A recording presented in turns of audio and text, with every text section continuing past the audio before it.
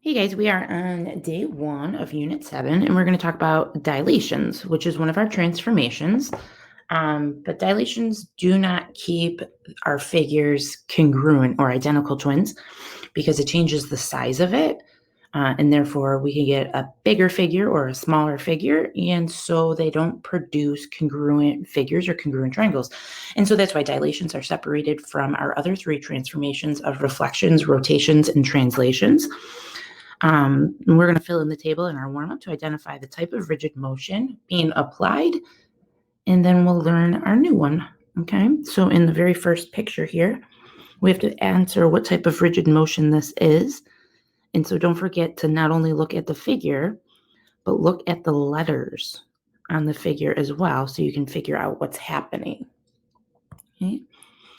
In this first one, this looks like a reflection over the x-axis where C will go to C prime. Okay. A is 3 units above, and we'll go to A prime 3 units below. B is 1 unit above, and we'll go 1 unit below to become B prime. So this is a reflection, which remember is a lowercase r for reflection. And don't forget, you have to state the line that it's being reflected over, and in this case, it's the x-axis. Okay. Picture number 2. So same first triangle, but now let's take a look at our second triangle with the primes on it, and it looks to me like it's turning. Okay.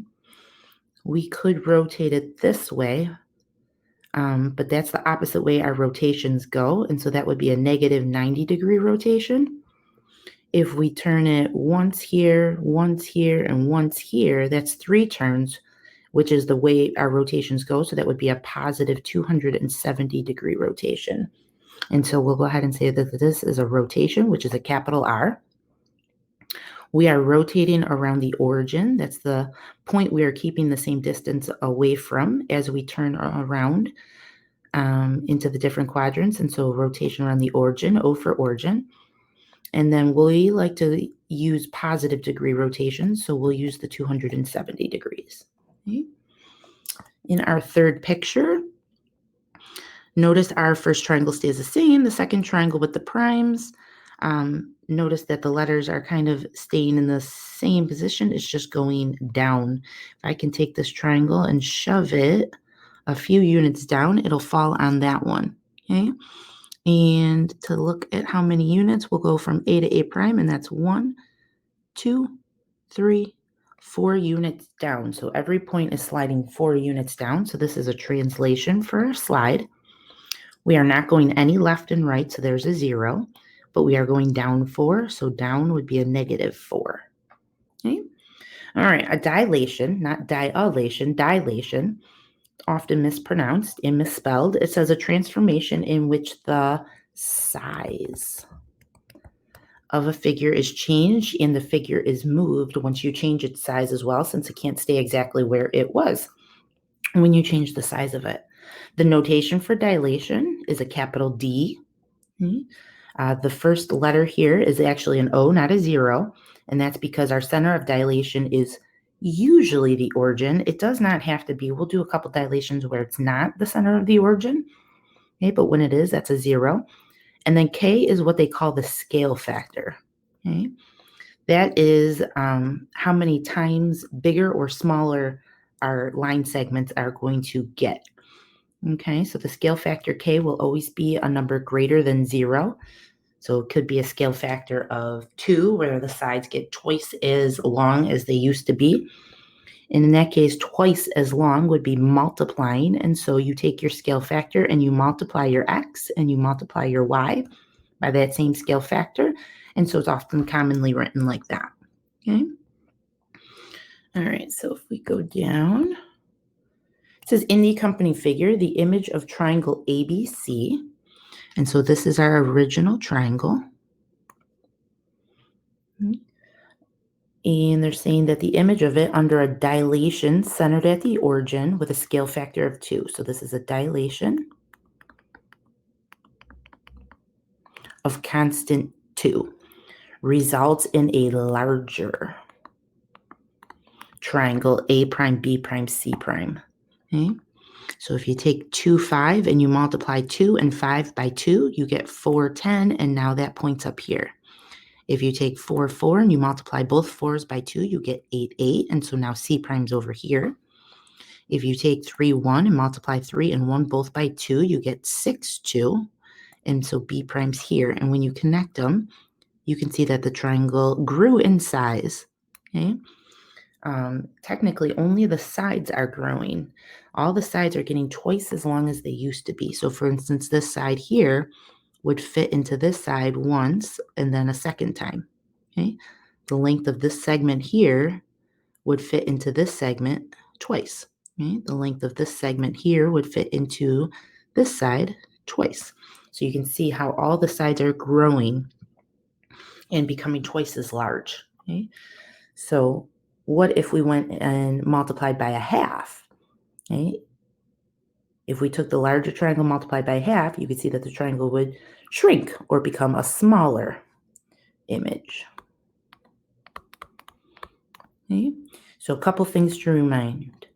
If k equals 1, if your scale factor is 1 and you multiply by 1, nothing changes. When you multiply by 1, you get the same exact numbers, right? And so your image wouldn't be bigger, it wouldn't be smaller, it would actually be congruent or an identical twin, okay, to the original. And so even though you have a scale factor of 1, it's still called a dilation, but it really doesn't change the size of the figure. This one says k is greater than 1. This is a greater than symbol. Okay, so for instance, if your scale factor is 2 or 3 or 4, your image is going to get larger. Okay, your figure won't be identical anymore, but it's going to be what they call similar. Okay, similar means same shape, but not necessarily the same size. All right, so same shape, different size. Okay, and it's going to also do something. It's going to move and it's going to get farther away from the center of dilation. So it's going to get farther away from the center of dilation. So if you notice in our picture here, our center of dilation was the origin. Notice how the small triangle, the original triangle, is closer. And then when you multiply by 2, your new triangle gets twice as far away from the origin than it was. Okay? All right, what this one says is that k is between 0 and 1. So for instance, a half is a number between 0 and 1, a third, a fourth, okay, and so on. When you do that, the images will become smaller. Okay? Because it's smaller, it won't be identical, it won't be congruent, but it'll become similar, okay? And it'll get closer to the center of dilation.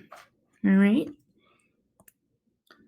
If I keep going down, we got some properties about our dilations. Okay. All the angle measures of the image are actually the same as the measures of the corresponding angles of the original. And I know that that one's a hard one to understand. So if I go back to this picture, let's say I said, all right, in this original triangle, let's say angle B had a measure of 27 degrees. Angle B prime is going to actually have the same exact measure of 27 degrees, okay? In fact, all of the angles in the original triangle are going to measure the same exact measurements as the angles in the new triangle. And if you think about it, that kind of has to happen because there's only 180 degrees in the 3 angles of the small triangle, and then there still has to be 180 degrees in the 3 angles in the large triangle. And to keep that triangle's shape, the angles have to stay the same. Otherwise, the figure will look not similar. They'll look different shapes and different sizes. All right.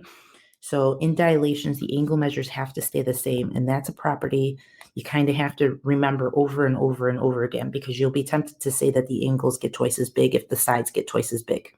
Okay. All the sides have been enlarged or reduced by the same ratio, making the figures similar, but not congruent unless your scale factor is 1. And when you multiply by 1, the shape won't change shape or size. Okay. So a dilation of 1 is not often seen, okay, but it is something that you should remember, that The triangles will be the same size if your scale factor is 1. The size of the image depends on the scale factor, which they use the letter K, okay? And the center of dilation is a point. And we said up there that it's usually the origin, but it doesn't have to be. Okay? The X and Y values of each point are multiplied. So that's another one to remember. In a dilation, you multiply because you want your triangle to get so many times bigger or so many times smaller. Times is multiplication, and you multiply by the scale factor. Okay, to generate the coordinates of its image. So for instance, if I have the coordinate of 5, 4, and let's say I have a dilation with a scale factor of 4, then my new coordinates would be 5 times 4, which is 20, and 4 times 4, which is 16. And that would be my new point if it was dilated with a scale factor of 4. Okay, I'll see you guys on the back side of notes.